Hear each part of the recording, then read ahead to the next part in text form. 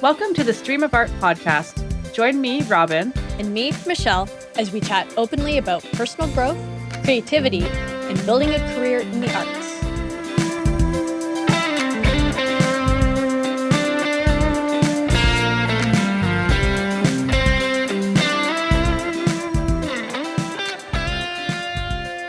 All right, hello everyone. Welcome to the 10th episode of the Stream of Art podcast. Today we are talking about finding your artistic voice. But first, we're going to do our little check-in. So Robyn, how did things go for you this week? They went well. I feel like I keep saying the same thing every week. It's like I continued my daily painting.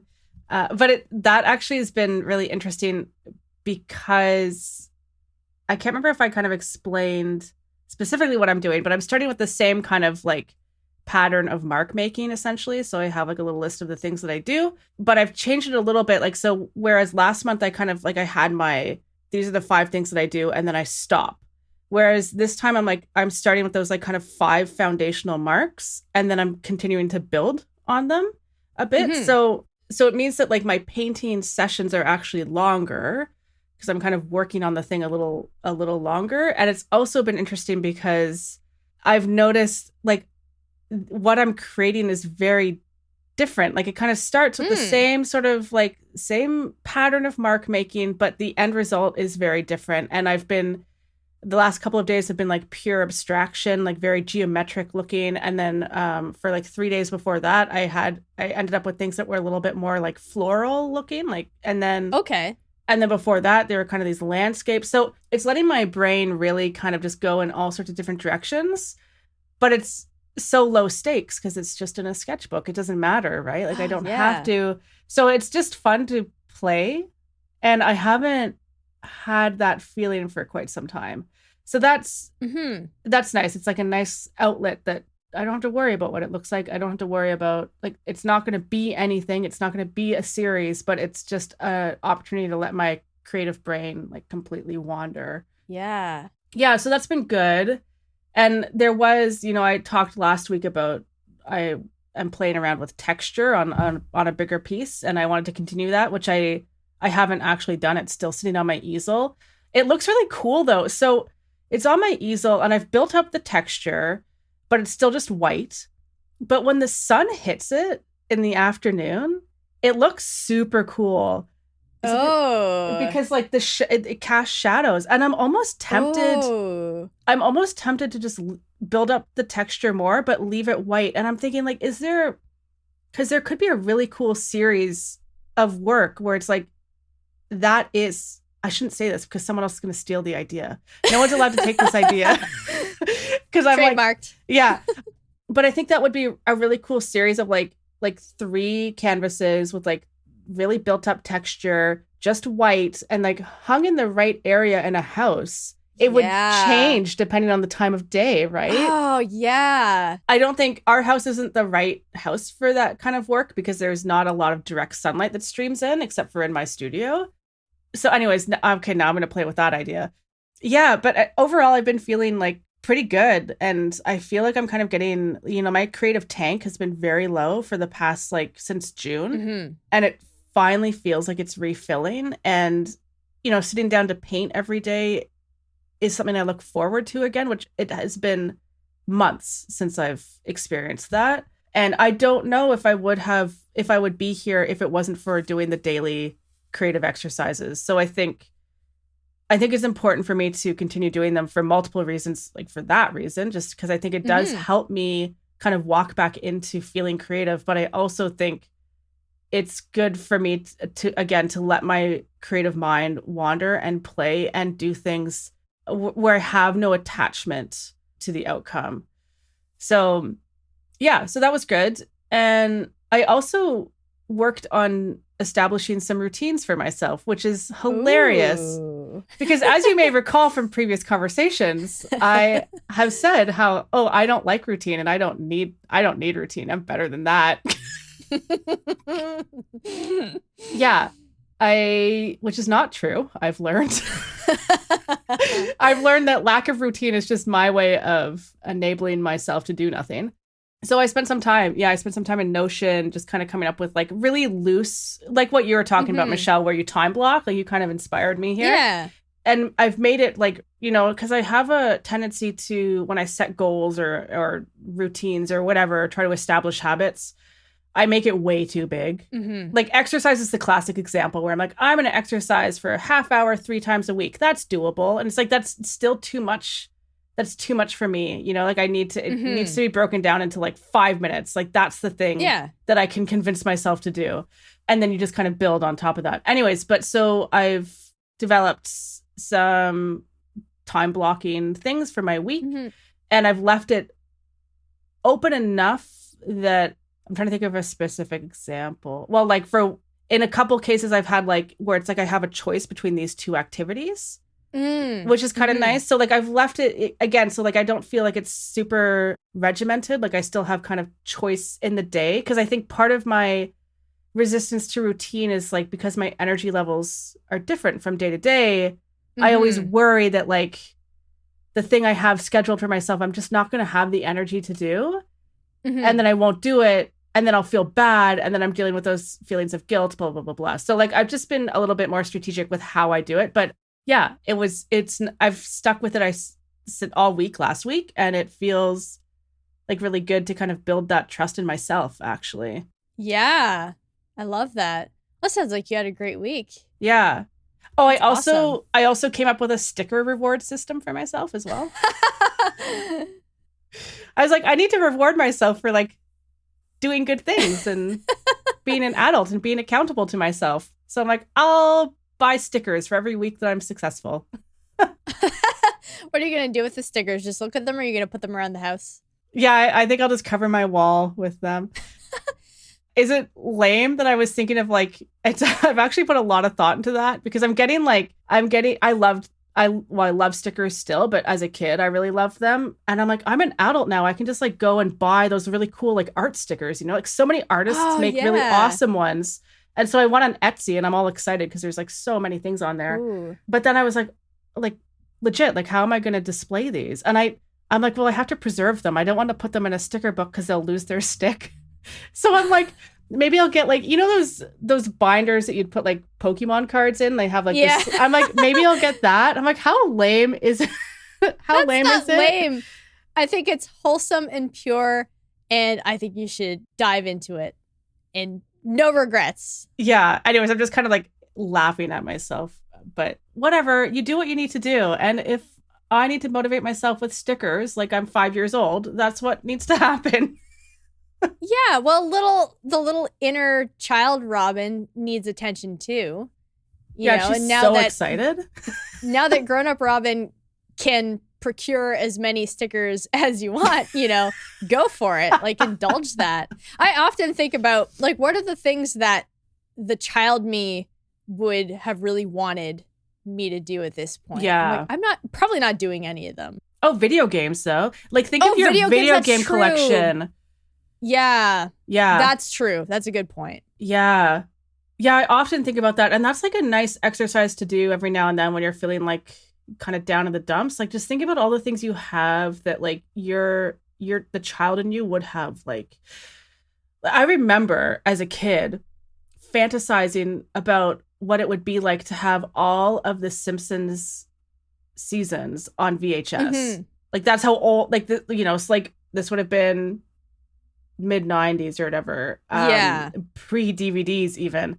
Yeah. And I remember like, oh man, that would be amazing. And I would like, for whatever reason, I don't know why, but I'd be like, that would be like the thought that I'd have before falling asleep, like how amazing it would be. And now we do, like, we can stream it, Yeah. So it's kind of incredible when you start to think of like the things that we have as adults that we would have like just, it would have been mind blowing if we knew as a kid that we would have this. Yeah, definitely. That'd be a fun conversation to have one day, is to talk about like, what are the things that we liked as kids that we can like really enjoy now. Yeah. Because I think that's, when we create, that taps into like the playful I mean, and you were just saying that where you're now feeling like you're having this play and you're having this fun with your painting. Like, I think that taps into that part of us that is still just a kid. Yeah. You know, I think as we're growing up, we all expect that once we hit adulthood that we're just going to switch flips and we're just going to be like mature and we don't care about any of that nonsense anymore. And, you know, I used to think, oh man, being a grown-up is going to be so boring. I remember being a kid at Christmas time and like getting all these great toys and video games and imagining what Christmas would be like as I got older. I'm like, I guess I'll want something boring like jewelry. Like, to me as a kid, that was like the pinnacle of boredom. Yeah. As far as what you can get for a Christmas gift. I'm like, oh, so lame. Like, oh, jewelry. I'm like, I better enjoy my stuff while I'm still young and I still like it. But then that stuff never goes away. And then you realize, I'm just like a kid pretending to be an adult. Yeah. I'm just hoping nobody figures out that I don't know what I'm doing. Although, one of the Christmas gifts that I got for us this year that we're still excited about are bowls. Bowls are great. So like, right. So it's like, I think there is a bit of that as when you become an adult, you get excited about things that like kids would be like, why are you? That's true. That's true. Why are you excited about this thing? But yes, you still have that excitement and the things that you loved as kids. Yeah. And it excites you in the way a child would be excited. Yeah. You know how excited I get when I realize I have bread so I can have toast? Yeah. Like, such a simple thing. As a kid, you just take it for granted. But now if I get to have a piece of toast with almond butter, forget about it. Like, my day is made. Like, I'm good for the week. Like, that is a highlight. So yeah, I think if you can just incorporate more of that fun play, that child, that just it sort of entertain the child part of you, I think that helps to kind of balance things out, because all the stuff that we talk about as far as like routine building and all, that's great stuff. Like that is one of the perks of being an adult, is that you do care about those things and you can structure your time and get things done.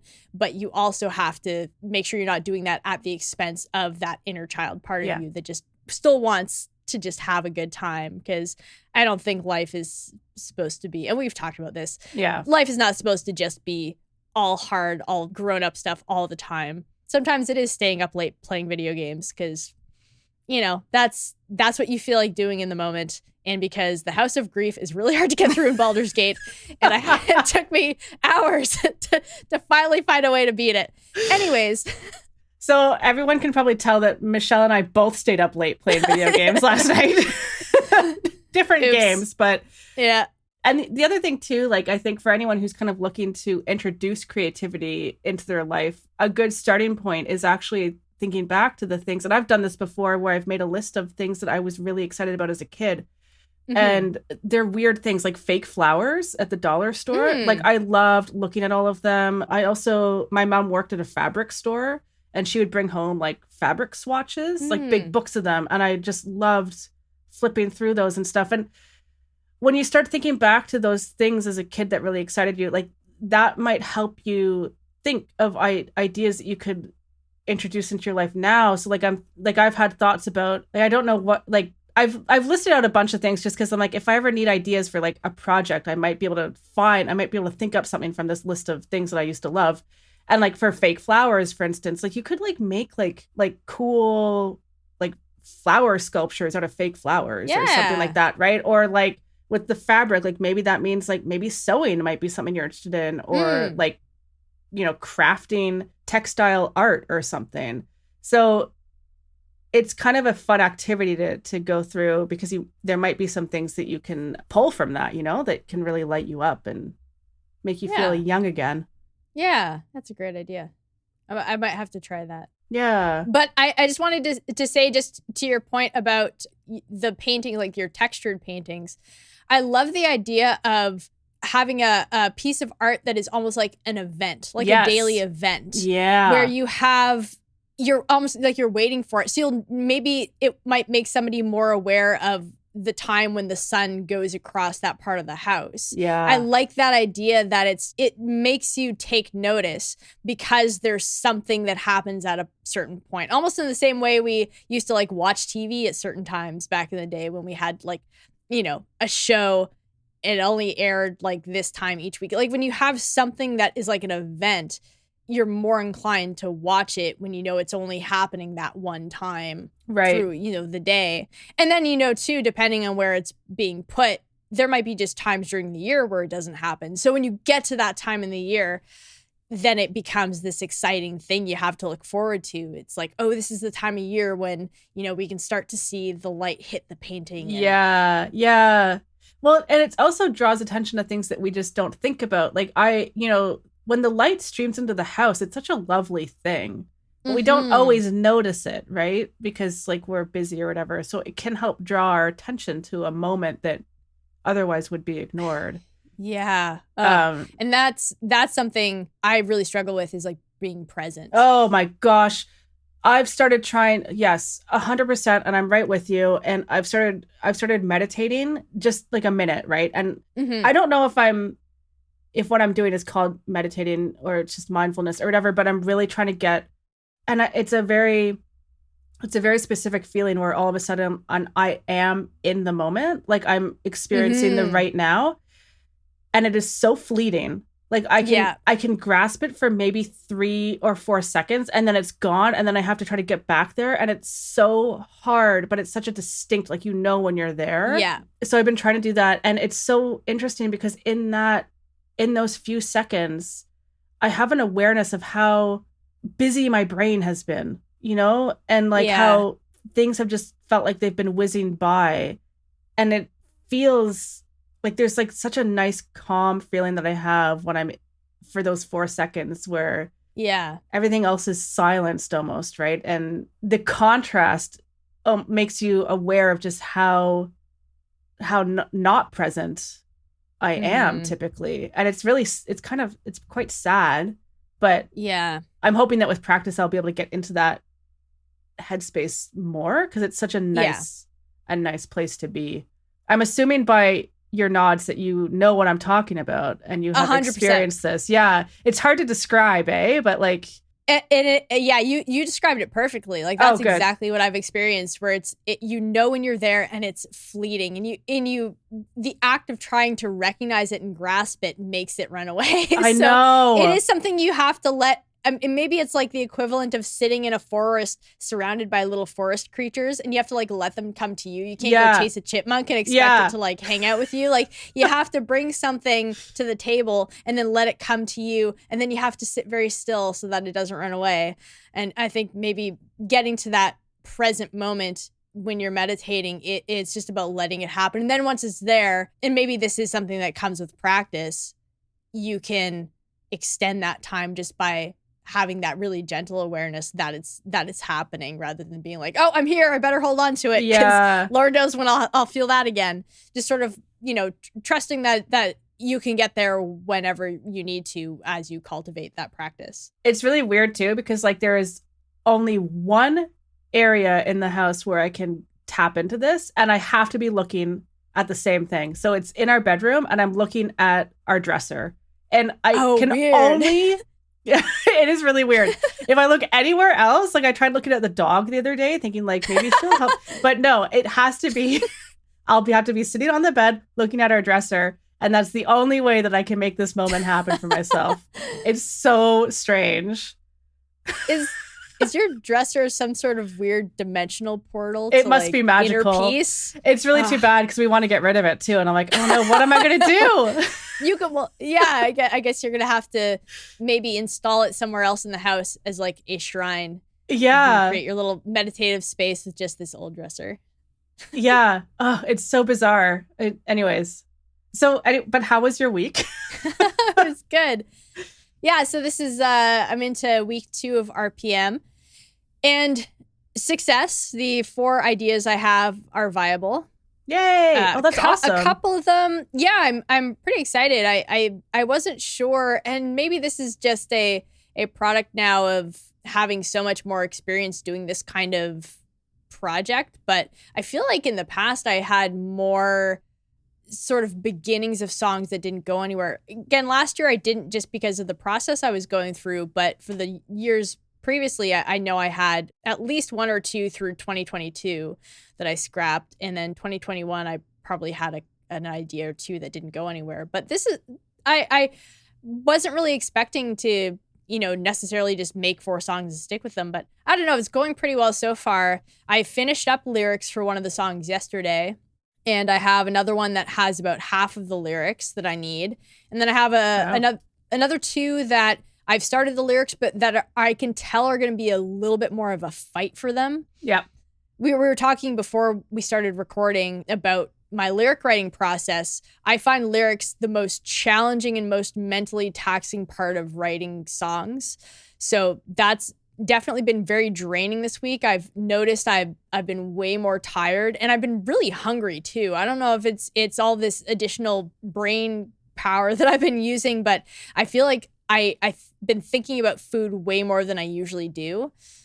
So I'm trying to, as I'm going through this part of the songwriting process, I'm trying to be a bit more gentle on myself. So at sort of the start of RPM, I had some pretty lofty ideas about how I was going to be approaching it and like the routine I was going to be sticking with. But I'm realizing and kind of remembering about the last year especially, I really need to give myself some more flexibility. Not too much, obviously, because I have to make sure I'm getting in my time to work on this to make it the best it can be. But I have to let myself have a little bit more space to recover between songwriting sessions, because I'll have a stretch of time that's 4.5 to 5 hours where I'm just writing lyrics, maybe doing some vocal tracking and editing in between. But it's a lot of time spent just sitting at my desk with my notebook open, scribbling down ideas, just trying to fight for the song. Yeah. So this part of the process is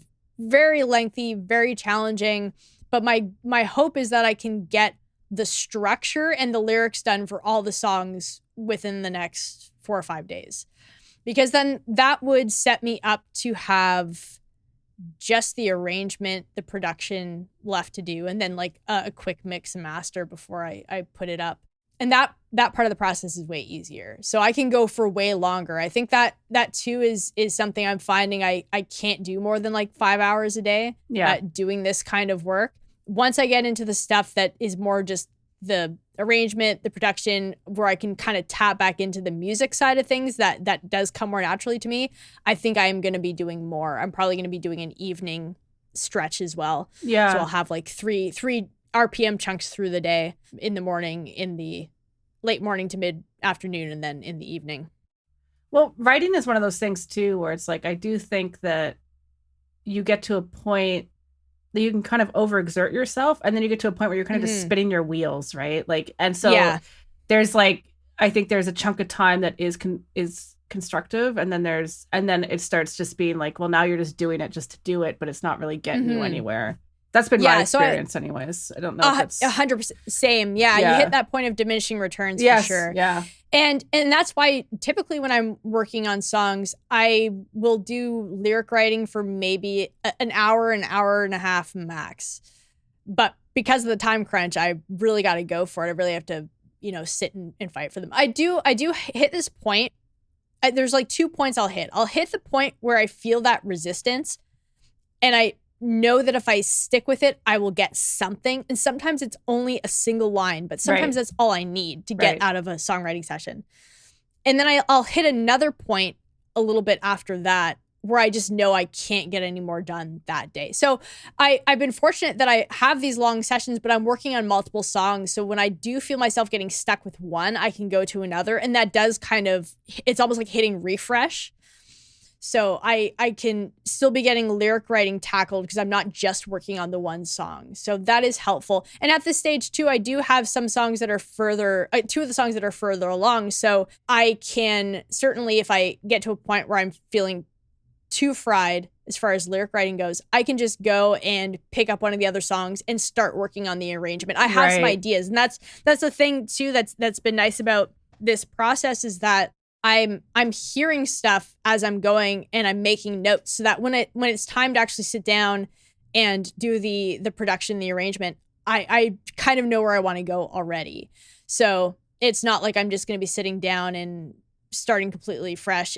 I know what I have to do. So that's also something that is happening as part of the process. And that's the thing too with the way I write songs, is that you know, there is an element of separation to how I do things, but also not, because I'm hearing the whole song in my head all at once, and I'm hearing all the elements of it kind of unfolding and becoming clearer and clearer. So as I'm working on the lyrics, I'll hear something that I think will really add to like this part of the song, and so I'll just make a note about it, or I'll get ideas for how I want to process the vocals or something, so I make a note about it. So, you know, it's the process of writing a song is multi-layered, and it happens a lot at the same time. It's not actually acting on those things. So I think that's something too, is it's easy to get an impulse and then to just, I'm just going to go do that thing now. I'm just going to go do that thing now. But I know from experience that I need to have the discipline to stick with what I'm doing, especially because I find lyrics so challenging. And that's why I'm just writing notes, so that I don't forget the idea, because I think, oh, that's a great idea. Or I'll record a little voice memo or something on my phone if it's like a little melodic idea that I think can go somewhere. I got to get it out of my head. I don't want to forget it, but I'm not going to just indulge every whim because otherwise I'm never going to get these songs done, or I'm going to be too in the weeds with like details, when really what I have to focus on right now is getting the structure and the lyrics so that the song exists. So, I mean, you just said something that is like really important to life. And I find I'm one of those people who gets distracted by the shiny object. Like if I'm working on something hard and then another idea comes to me, I'm like following that new idea because it's fun and it's new and it's like, and I don't want to lose it. So, but then that inevitably brings me somewhere else. And then it's like, and then that core thing that I was trying to do never gets done. Yeah. So yeah, having it is really hard when you're working on projects that are multi-layered like that, and you have to do the hard bit, and it's so easy to kind of like get distracted into doing that bit that feels easier or fun or whatever. So that, the discipline of sticking with the hard stuff is, I am not very skilled at that, but I'm working on it. Yeah. And the part of the trick is that there has to be that balance, because there's a difference between being disciplined and just being stubborn. And I know at this point not to be stubborn and stick with something if it's not working in the moment, because I have time. That's something I'm always reminding myself, is I still have time to add lyrics as I go if I need to. I don't want to get to the last week of RPM and have like a song that doesn't have lyrics at all. Like I need to at least have something there. And this is, you know, typically how I do songs is I try to get the lyrics done as quickly in the process as possible, but also if I get really stuck, I can move on to another part of the song. So I'm not going to let myself get to that point where I'm, you know, to the detriment of the production and arrangement, I'm sticking with the lyrics. I'm going to make sure that stuff gets taken care of too, but, you know, not defaulting to the music part of songwriting just because it's easiest for me. Right. Yeah. And at this point, I just, again, I know my process well enough to know I'll get it all done. And I know how my brain works, and I know how lyric writing works for me. So I'm feeling really confident at this point with the direction all these songs are going, and I'm excited to hear how they turn out, which is something I've maybe mentioned before, but it's such an interesting feeling to have, being in the process of writing a song and trying to imagine what it's going to sound like. Like I have an idea, like I can hear, but I'm like, I wonder what it's going to be like. Yeah. You know, especially when I'm fighting for a verse or something. And I'm like, I wonder what it's going to end up being. Like, I know I'm going to get there, but I just don't know what it is. It's kind of like this fun, it's like a Kinder Surprise or something. Like, you know, it's going to be something good. I mean, at least when we were kids, I feel like the toys in there are really cheap now. But when we were a kid, they're pretty good. They're disappointing now, so... So maybe not like a Kinder Surprise. I like a Kinder's, like a vintage Kinder Surprise. Yeah. That's it. Yeah. So yeah. Anyways, I'm still having a good time. Love the songwriting, and it's fun because I have these songs all stuck in my head now. So I find myself I'm going through a weird period right now where like I want to listen to a lot of music, but I also will just be like, I don't want to listen to anything. I just want to hear the song roll around in my head. Yeah. Because I also, I like just this morning as I was brushing my teeth, like I had a lyric idea for one of my songs. And so I just came and jotted it down. Yeah. So I'm getting a lot of that where I love that process is still happening in the background. And so I'm able to continue working on the songs even when I'm not like working on the song an RPM chunk. So I'm enjoying the kind of quiet time to just like let the song play in my head and let your brain kind of like work away at it. And I think it is important for that silence to happen. I was thinking about that this morning as I went for a walk this morning and I was listening to a podcast and I turned off the podcast because I'm like, I think it's probably important. Like I've been listening to this podcast like several hours a day because they're just like quick half-hour kind of comedy type episodes. And they have heaps of them because they record every day. And so I listen a lot just because for whatever reason, I like to have voices on, I like to hear something. But as I was walking this morning, I'm like, it's probably good for my brain to not constantly have noise. Like maybe I should kind of ease off on that a bit. Like I think it's been something, maybe it's a comfort thing. I think it is a comfort thing. So, but for exactly the reason you're saying, like if you are constantly listening to something, it's not giving your brain a chance to kind of like noodle away on these ideas or these lyrics or, and our brain, I think, needs that when we're engaged in creative acts.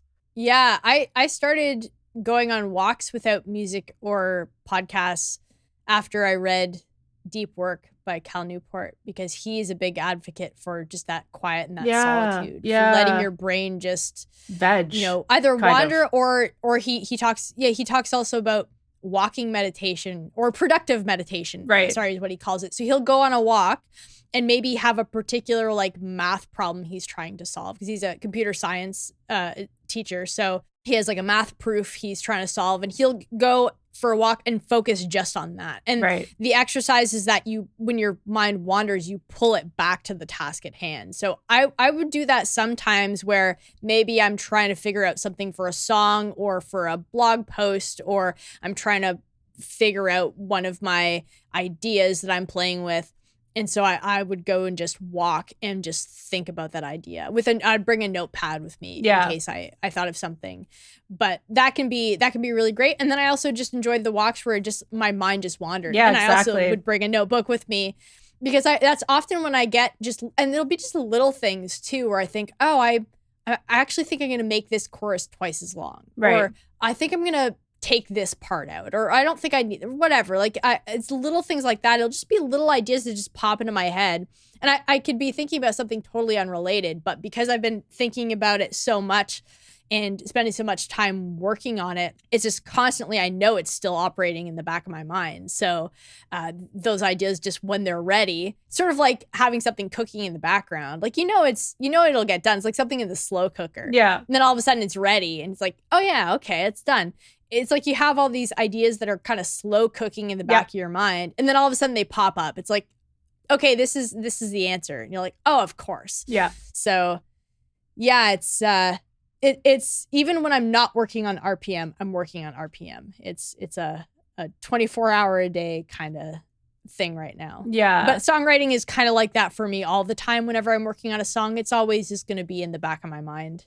I feel like writing generally is like that. I mean, I had the same, like when I was writing more than I am now. I don't write very often anymore, but same thing where it's like your brain is kind of always on the lookout almost for those ideas, but you don't even realize that it's on the lookout. It's just in that mode of trying to find elements and find ideas, and that's cool. So speaking of creating, today's topic, finding your artistic voice. I'm almost wondering if we're going to have to split this into 2 episodes. It's possible. Yeah, I was just looking at the time. 10:07. Just because I have my RPM hang with Courtney and the crew at 11. But I feel like this is a very rich topic, and I have a lot of ideas about it. And I'm sure you do too, as you're, getting more into your daily paintings and stuff and all of that. So let's just do as much as we can, but this might just be a 2-part we can resume next week. Actually, that might be good just to give us some time to add extra thoughts, because it's such a big topic. Yeah. So this episode might just randomly end. No, we'll make sure it ends properly. Oh, okay. We'll give it a proper ending. Okay. And then we'll pick up where we left off. I like the idea of just stopping it, just like mid sentence. In the middle of a word. Yeah. That's a cliffhanger. Yeah, we should maybe introduce some of those here and there. Yeah, isn't that? Yeah. I think that's good for listener retention, or it'll just make somebody really angry. I feel like that's the kind of thing that would make me immediately stop listening to a podcast. I'd never return. Like, how dare you play with my emotions? I don't need this. I get enough of this in my real life. I don't need to be toyed with. No, I promise there will be a clean ending. So we'll do as much as we can, wrap things up, and then whatever else we have to say, we'll add to the conversation next week. I do have a lot of thoughts about this, and I think my first thought is like, because we've talked about this before, and you had mentioned like it's, the artistic voice is like, it's like the fingerprint. It's like an artist's fingerprint. Like it's just on everything, right? You can tell, you can just feel it. And when I was looking around at my work, I'm like, yeah, like I can see that. Like my work varies from one series to the next, but there's a quality there that is me. But what I struggle with is that question of like, do you need to have visual consistency? Like, does there need to be, like, in order for you to have an artistic voice, does your work need to look like it belongs to the same series kind of thing? I'm talking through the lens of visual art right now. Because I think this is something that a lot of artists struggle with, is like defining what their artistic voice is, because they explore so many different directions. So like, does your artistic voice equal consistency and style, essentially? And I haven't answered that for myself. Because I think the idea is that, yes, that is the case, but my own method of creating kind of conflicts with that idea. So that's something I get stumped on, and I think about fairly frequently. But then the other thing I think about, like, so the question that came to mind for me was like, can you even define what your artistic voice is? Like, how would you define it if someone were to ask you? Oh, that's a good question. Well, I guess I would say for myself that a lot of my artistic voice is from the perspective of a singer-songwriter. So like I like to write songs. That is the particular medium that resonates the most with me in terms of how I funnel music through my experience and my skills and then turn it into something. Because not everybody does that. I mean, not every musician is going to write songs. Some of them will, go the route of performing classical pieces as part of an ensemble or an orchestra. Some people just do improvisation. There's some people just do covers. They'll play in like a cover band or something. And I think that's all still would fall under the umbrella of artistic voice. But for me, that is sort of the skeleton of my artistic voice is in songs. Not that I only ever write songs, because I do like to write little like instrumental compositions. I like to do that where it's just music and some lead guitar. But I feel like that's where I am best able to express myself. And then within the realm of songwriting, there are things that I think are sort of part of my fingerprint, which would be, like writing songs with a lot of lead guitar and a lot of guitar. Right. That's something that I think is always going to be in my music, is guitar. I don't think I'm ever going to write something that does not have an element of guitar in it. That's just, whereas with voice, I mean, voice is in most of my songs, but not all of them. I have instrumental songs. So, I think being a guitarist is also kind of a part of how I define myself. And then I take my guitar playing and it gets funneled through my songs, my songwriting. So I don't play guitar as a side person or as a session musician or, that, not at this point. Who's to say I don't do that at some point? But at this point, I'm much more interested in using the guitar as a vehicle for expressing my songs. So that's probably where I would start trying to define what my artistic voice is that I am a songwriter who favors music with guitars. Although now, if you listen to it too, I get a lot of electronic elements too that I've been really embracing over the last few years. So I think that, as you're asking about, can you have, or does your artistic voice depend on consistency of style? I don't think so. Because my style changes. I've been writing songs for It's true. 11 years now. Right. And the style of songs that I write changes, but you can still hear where it's me. So if you listen to a guitar solo from like an early song of mine compared to a guitar solo now, you're going to hear that it's me. Yes, my guitar playing has evolved a lot, and it is shaped by the way I write songs now. So it's going to be maybe a little less blues driven than the stuff I was writing when I was like very much thinking just in terms of like, how can I embody, my songwriting heroes, which at the time was mostly just John Mayer. So, if you listen to a lot of my early stuff, it's mostly just through that kind of a lens where John Mayer was to me the pinnacle of, a songwriter. So there was a lot of that influence. You can still hear that. I get told that by people all the time. Like they can hear the John Mayer influence in my songs now, even as I've gone in this direction where I've started embracing some other people. Right. But it's still me. It's still my voice as I've explored. And this is something too, I think a lot about my actual singing. Like my actual voice has changed a lot.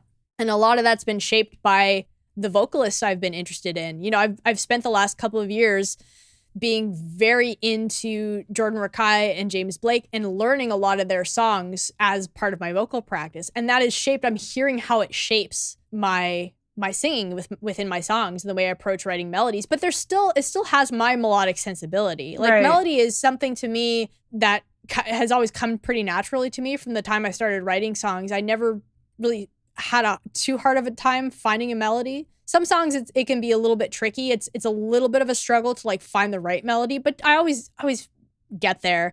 So that's something that came pretty naturally to me. So it's just like it's opening up. I feel like the essence of my artistic voice is just opening and expanding and growing and going in these different directions, but I'm not entirely abandoning what I do. I still write songs. I still think in terms of structure and story and ideas, because I'm not so much a storyteller when I write songs, but I do want to share an idea and have it be more or less cohesive, even when my lyric style is maybe not always super clear. I like to dive into a lot of metaphors and analogies and all of that in my lyric writing. But so yeah, that's a very messy answer, but I think for me it's always going to come back to songwriting, even as I explore different styles and genres of music and bring that into what I'm doing. It's still my sensibility. Yeah. So, because I'm thinking like, so there's a couple of things that are coming to mind. Part of me is wondering, I'm like, I wonder if musicians have more freedom to play than artists do. Like, I do feel like there is this pervasive kind of idea that in art, your artistic voice needs to be consistent.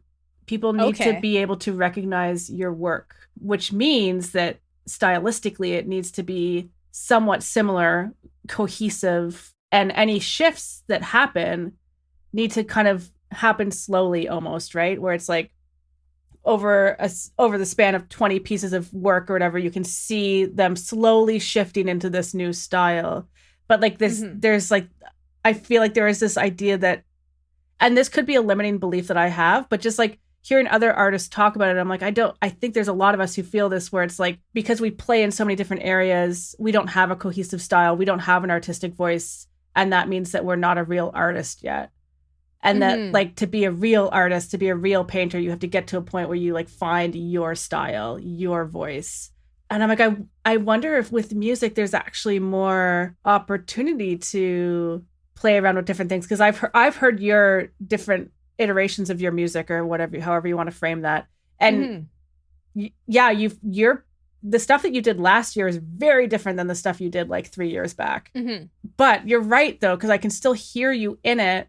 So I'm wondering, like, for artists, for anyone who's struggling with like if you're like me, where it's like you paint landscapes and then you paint pure abstractions sometimes, and sometimes you paint abstracted landscapes, and you're kind of all over the map, like looking at the essentially like the core, kind of like the core values, like, or the core pillars of what you do. And so like for you, you're saying like guitar playing will always have a part, like there'll always be like that will always play a role or something, like there's something there, right, that's part of your signature.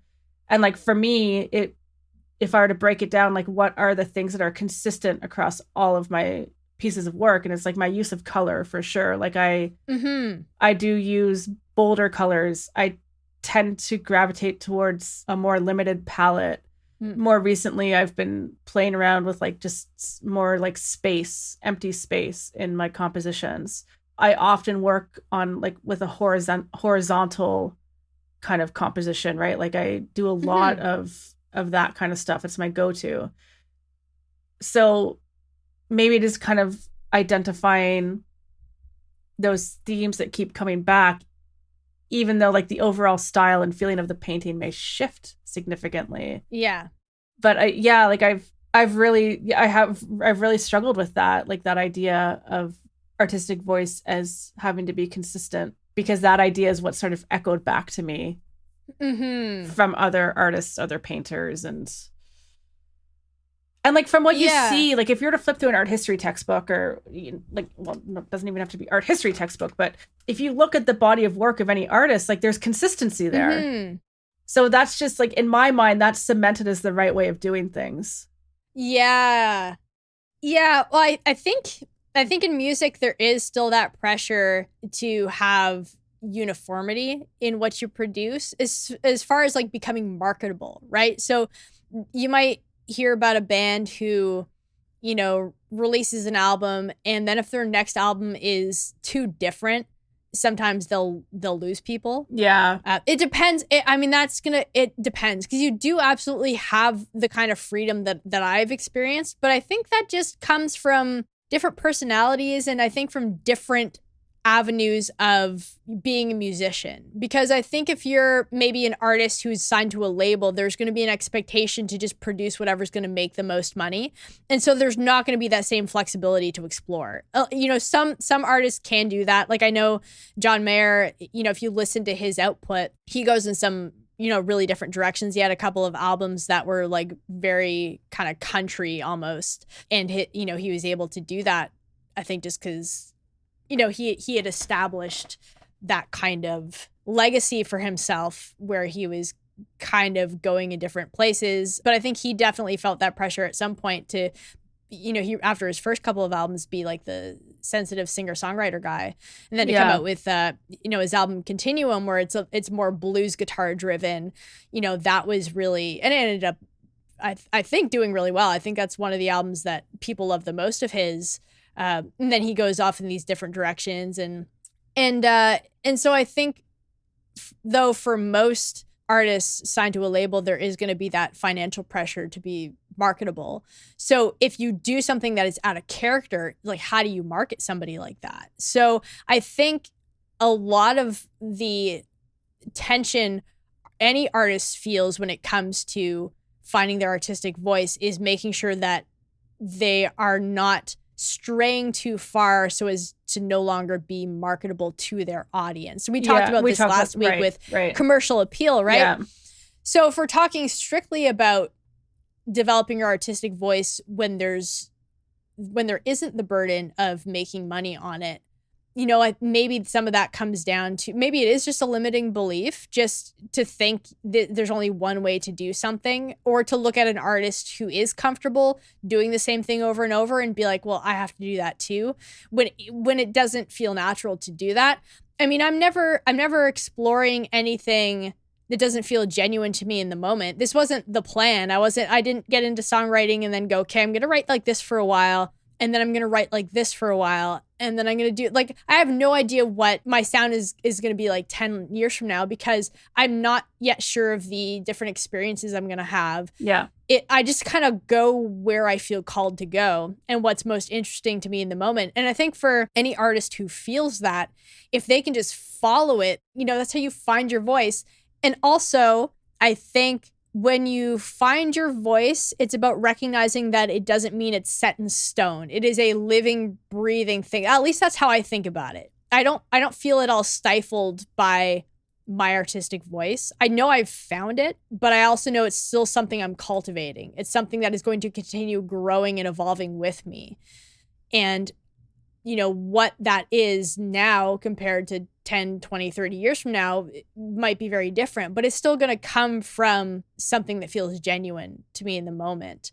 And so there definitely, I don't think should be any pressure to find what your artistic voice is. I think you just have to let it unfold. I didn't go looking for it. It just happened as a byproduct of writing for a lot of years, of listening to music, learning music, trying a bunch of different things. And I think that's where, maintaining that curiosity can really help, because then there isn't that sense of, I have to stick with this. It's just like, or I have to go in this direction and it has to work, or I have to go in a different direction. It's just, whatever sparks that curiosity in the moment. And it might just be doing more of the same thing. And I mean, my music now has kind of been in this a similar kind of sound. Like, you can hear it evolving and growing within this sphere, but I feel like the sound I've had for the last few years is kind of like where I'm going to be sticking with for a while. So I'm not feeling the pressure to go off in a different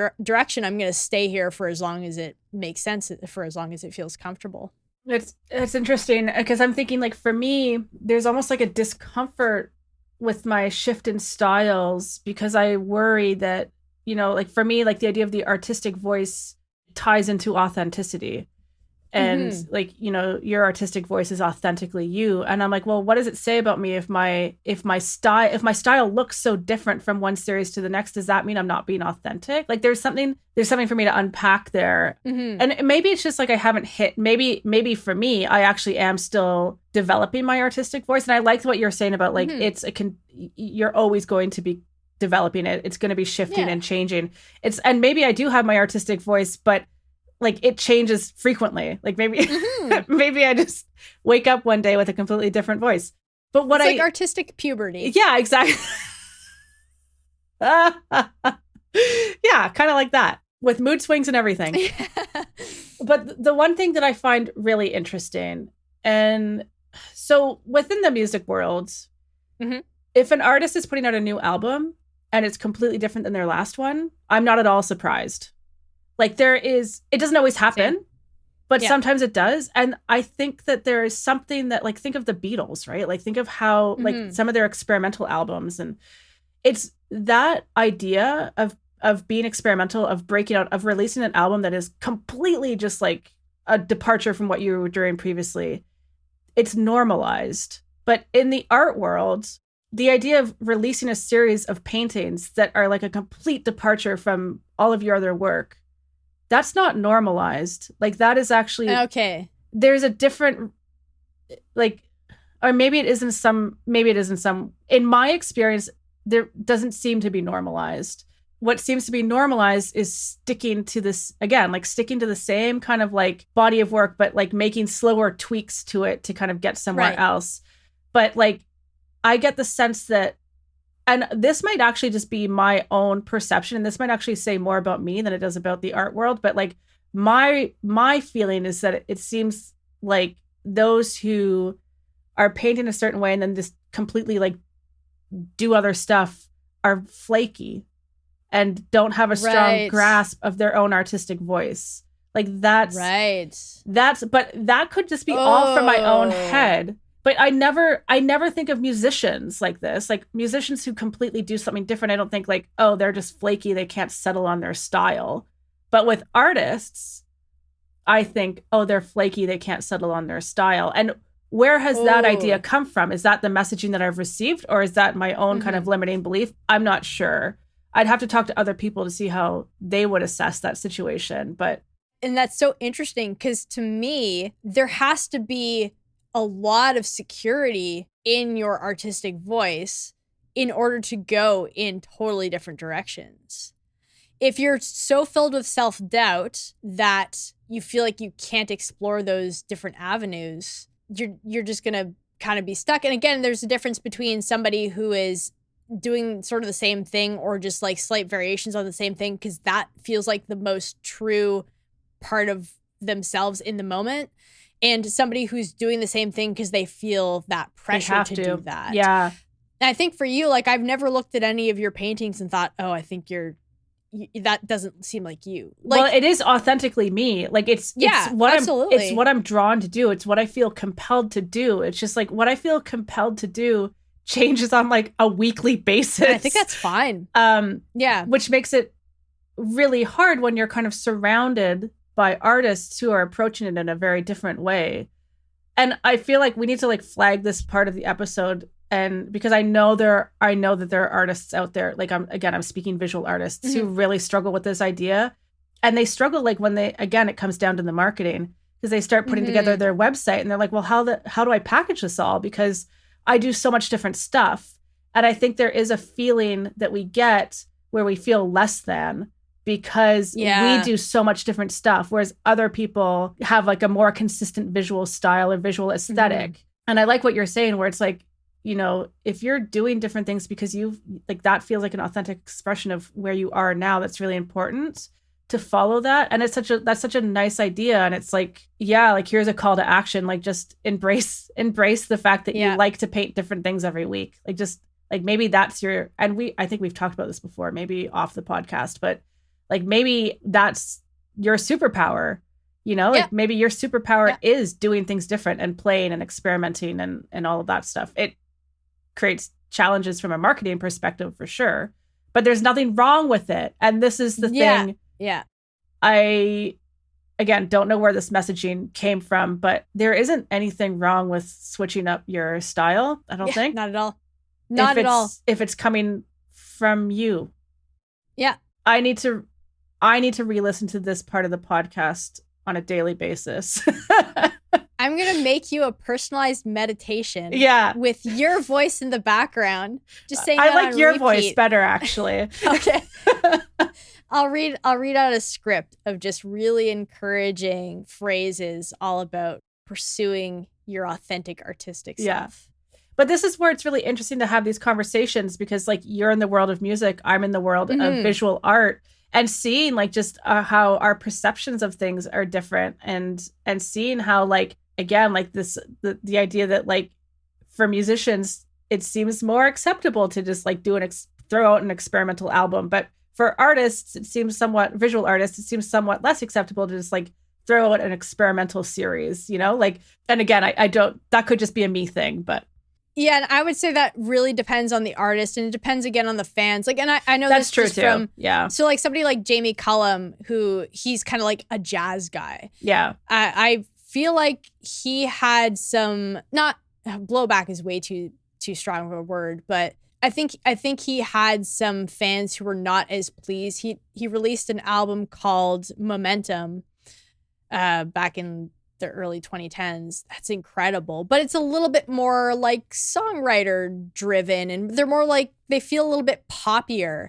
And I think some of the people who followed him more for the jazz side of what he did were not as keen on that album. Yeah. And I remember that distinctly, because I felt just as a fan of him, like anything he puts out is amazing. But also as somebody who is writing songs at that point, like I can't imagine like the kind of pressure to just keep doing the same thing, or to stick within, like once you get a label on you. And again, like John Mayer got with the singer, songwriter, sensitive guy thing, you know, to the challenge of then breaking out of that and maybe that's the challenge, is like once you have some kind of a label attached to you, that I think, and by other people, because we're always aware of all the different multitudes of creativity within us. Like, and maybe that's why one of the reasons why I don't struggle with that is that nobody's attached a label to me yet. Right.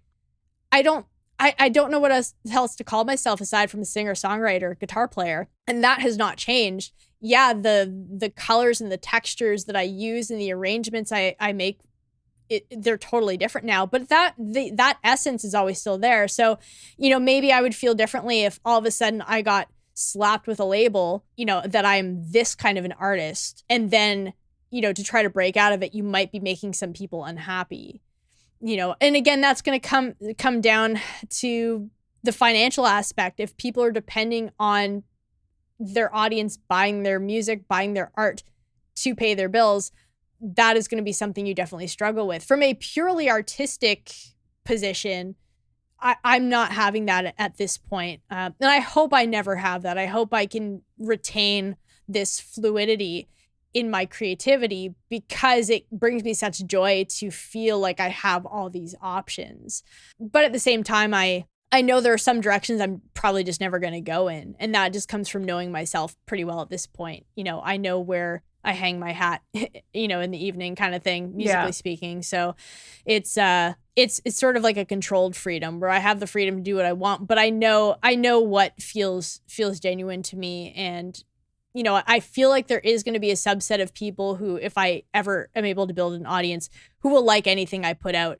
And, you know, again, you'll have some people who like certain aspects. Like, I mean, I'm sure we all have, whether they're musicians or artists or actors or whatever, who you like some of their work and then some of it you're not as crazy about. So you just like, you again, you step aside, you come back later to see what they put out the next time. And, you know, but I feel like I'm eternally more excited by somebody releasing something that's different, that feels like they're excited about it, than somebody who just puts out something that feels like, did you really have to, like, did you want to make this? Yeah. I feel like maybe you didn't want to make it. Again, if it feels genuine and it's like the same thing, that's fine. Like, you can usually hear that or see that or whatever. But when somebody is sort of maybe feels like they have their hands tied behind their back a little bit, artistically speaking, I feel like that's going to come through, and you're going to feel how stifled they feel in what they've had to make. Yes. And I've felt that before, that kind of like feeling trapped into a style. And I remember like how liberating it was to break out of that way of painting. And it was, it felt like my world kind of opened up again. Yeah. But it is really tricky, because like when you're a painter and you want to make a living off of this, business and art mix, but business and creativity don't. You know, like you can. Yeah. I think that's the tricky part, and that's maybe what I'm going to have to balance. You know, I obviously I don't make my living off of my art, but if that is to become something I want to do, I'm going to have to kind of separate. And we touched on this before too, like having two lines where it's like you're painting for your audience and then you're painting for yourself. Yeah. I remember my grandpa telling me, he said, "Oh, like this is when I went to University of Guelph, I started in the studio art program, and then I switched into art history. But I remember him saying, like, don't make your living painting. He's like, it will ruin it for you."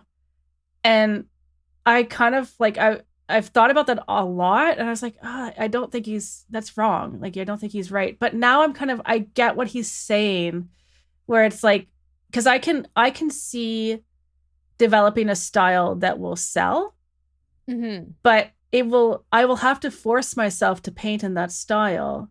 Yeah. So like the representational work, for instance, like sometimes I feel compelled and I do feel drawn and lit up by painting in that style, but sometimes I don't. And I could build a business around that, but it will mean that I have to force myself to work in this kind of mode that I'm not super, jazzed about. But you have to separate it. So like, that's not my creative art. That's my business art. Yeah. And then I have my creative art on the side. And that's where you're exploring different series of works and you're playing with different styles and you're all that stuff. Right. So, but I do think, unfortunately, in the art world, to make a living like you do, and maybe that's why this idea of like artistic voices being consistent as equally a consistent style is so prevalent in my mind, because like the only successful artists I've seen are those who operate in that way. Right. But that's not necessarily because that's the way that's the way you have to be as an artist. That's the way you have to be as a commercial artist. Right. Maybe. Yeah, because and it's also about remembering what we're seeing from people.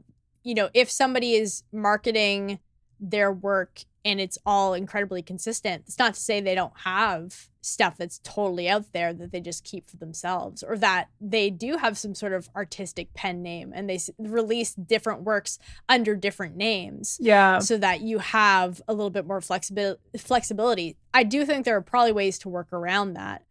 And I do think the idea, and I've heard this in the music world too, the idea of don't bother making a career in music because it's going to kill music for you. And I can understand why people would say that, because it does sort of muddy the waters of something that for us, generally when you go into wanting to build a career around, art or music or whatever, it's because you really love it. It's something you want to spend your time doing, but then you end up with all this other stuff you have to consider that can take away from that. And so I think it is definitely a tricky thing to figure out. How can I show up in a genuine way while, conforming enough that I'm not alienating people who might pay for what I do? And I'm sure there's a way to find that balance. And again, for me, a lot of that's going to come from the fact that I'm not intending on making my living from my music. Yeah, exactly. It's from my other music services. So, I feel like that actually in itself helps give me like my artistic voice on like a grander scale, is like all of it fits under the umbrella of Michelle Monette music, as in that is all I'm about. Right. So there's these different avenues, and some people might like my music but not care about the stuff I talk about, or some people might really enjoy the stuff I have to say about music and building a musical life but might not care about my music, and then that's fine either way. So I'll be able to offer something to everybody, but it'll still all feel like a genuine part of who I am and what I do. So that's I think part of the journey, is figuring out, for the people who want to build a career out of it, how do you do that? And it's going to be different for everybody, how they approach it. And I should say, there's still, even if you are making art, you're painting to an audience, there is still creativity still comes into play. Of course, yeah. You don't have the same, it doesn't, well, I shouldn't say you don't have, but it might feel like you don't have the same kind of free reign, essentially, because you're having to prioritize, and you're having to think strategically, and all of that stuff, and you're having to think finances and all of that stuff, right? So, which, as you said, muddies the water a bit. Yeah. It's interesting because one of the thoughts because I mentioned last episode how I want to create essentially a pen name for myself, operate under a studio name versus my own name. And one of the thoughts I had was if I'm operating under a studio name, I could sell different series of works without 100%. feeling like I'm all over the place like that. I can almost pose as multiple artists. That's what it would seem like, because my work varies so much. Yeah. It would almost seem like there's multiple artists selling through the same studio, even though it's just me. Yeah, you could even extend your studio and offer to help other artists sell. Yeah. Maybe artists who struggle to find an audience because their work is so different, too diverse, maybe by some people's standards. But yeah, I think we can be creative in how we approach building creative careers, and finding the balance for each of us. And I think definitely not feeling like, if you are creating something specifically, maybe somebody's hired you to paint something or write a song for them or whatever it happens to be, not feeling like you are sacrificing your genuine creativity for that. There is still something to anything you create, even if it's not maybe the thing that lights you up the most in the moment. But I think maybe with the right attitude, you can still come at it as, this is a time to just create something and to experience something different than maybe what you would be inclined to do in that moment. And that there's value in anything you create, even if it's something that is not for you or for your personal artistic growth. It still will be part of what helps you figure out what you want. And you can pick up interesting things that you wouldn't have otherwise. It's just sometimes something you have to do to be able to then do the stuff that really lights you up, finding that balance. And also, I think there is something to be said for developing the discipline of just sitting down and working on something, even when you don't feel like it, even when it's not what you want to do. Yeah. Because that's true of every job too, right? Everybody who works a job is going to have, likely large parts of their job that they don't really want to be doing in the moment, but you learn how to do it anyways. And I think being able to create under those guidelines is a very vital skill to have. Those are probably the kind of artists who don't get writer's block or creative's block, where you understand how to do the thing you need to do, how to pull something creative out of your brain, even when you don't feel like it.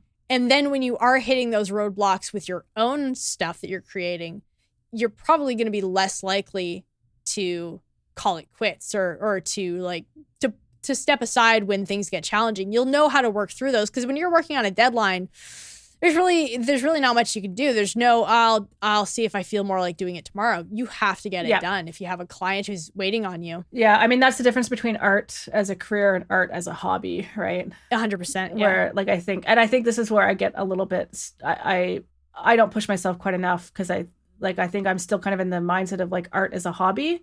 So like if it's not joyful or whatever, then it's like, I'm not going to do it. It's like, but if I want to make this into something that's more than a hobby, then I have to push myself to do it. You do have to adopt that business person mindset for sure. And I think likely once you find the way that works for you, I think you'll be able to make it work, and you'll find that happy medium where everything gets balanced. It just takes time. And I think that will be where we have to leave it for today. Yep. I have a whole big thing I want to talk about next week, as far as like how to go about actually cultivating your artistic voice. Oh, cool. Okay, that's awesome. Yeah, I feel like this was kind of like an intro to artistic voice, but also like a continuation of last week's episode too. So it's an interesting kind of blend.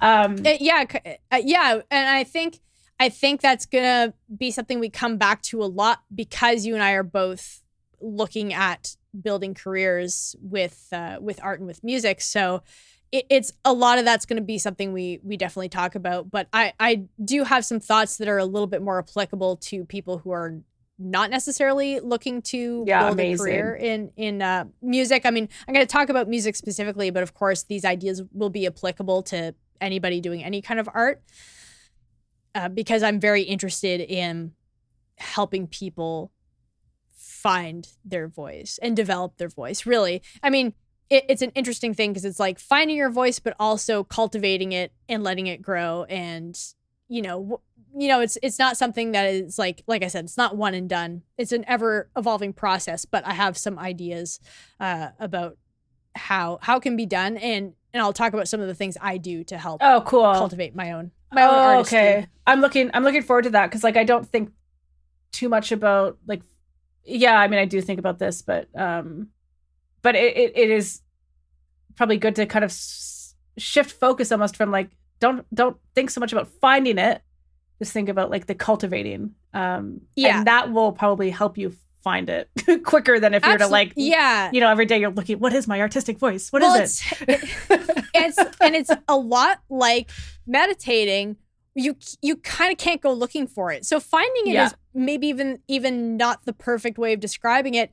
You let it unfold. Yeah. And then it's like this realization, like at some point you can kind of pull back, you look at sort of a bigger picture and you go, oh, that's like my voice. Yeah. This is something I know John Mayer's talked a lot about, again, because his albums can have quite a bit of variety. Again, they always sound like him, but there's quite a bit of variety between some of his albums. So he talks a lot about pulling out, taking a look at the bigger picture. And I always think about that now. I always think about him when I'm thinking about my music and like pulling back and looking at how it all works out. I know it's all going to work out in the end. Yeah. When you see all of my music laid out, it's all going to make sense. It'll just, even as things kind of shift and change and all of that, it'll all still be a product of my mind and my heart and soul. Yeah.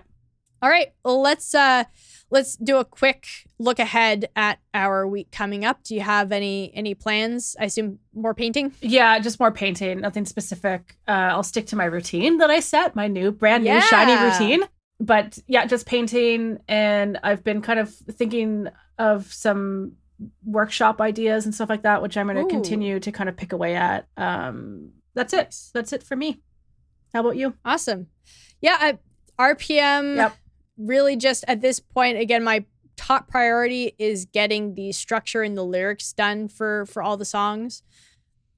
And then as it makes sense too, I'll start digging a little bit more into doing some production arrangement. I need to put new strings on my guitars as well, so I can do like some final tracking. Yeah. And I'm going to be retracking vocals at some point. Although I think that'll probably be not this week. That might be the next week, but we'll see. I'll sort of do things as I feel like they make sense. So yeah, RPM continued. Cool.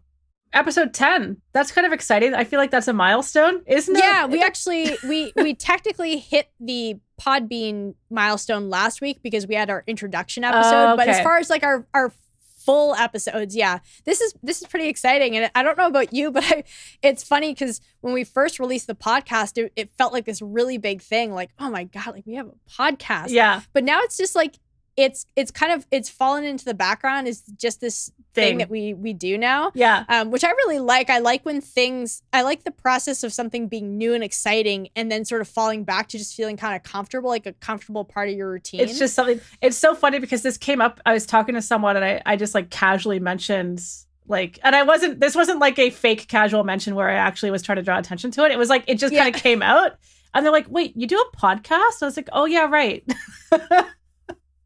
I do. Yeah, because it's still new. It's only a couple of months old, so it's still very new. But I feel comfortable in the routine of it now. And, yeah, like having the conversation and doing all of that. So yeah, it feels like we're in a good rhythm now. Yeah, episode 10, and I'm also like, this is the longest I've really stuck with anything. So, yay me! Yeah, well, yeah, and I feel like I don't know that I would have followed through on a podcast on my own if not for having you along for the ride. So I feel like you would have. You would have. Maybe eventually, but I feel like you pulled me forward a lot faster than if I were trying to do it on my own. Yeah, well, back at you. That's what's nice about partnering up with people. Built-in accountability. Go team. Mm-hmm. All right. Well, thank you all so much for listening. We will be back next week with part 2 of talking about artistry, finding your artistic voice, or maybe not finding it, maybe just cultivating it. Yeah. I'm kind of digging that way of phrasing it. Cultivating your artistic voice. Yeah. Anyways, we'll talk more about that next week. Feel free to send questions and comments to streamofartpodcast@gmail.com. You can follow us on Instagram. We are at Stream of Art Podcast. And of course, you are welcome to join our Discord. The link will be in the show notes. Join us for some creative fun and inspiration and all of that fun stuff. And until next time, have a great week and we'll see you in the next episode. Bye. Bye.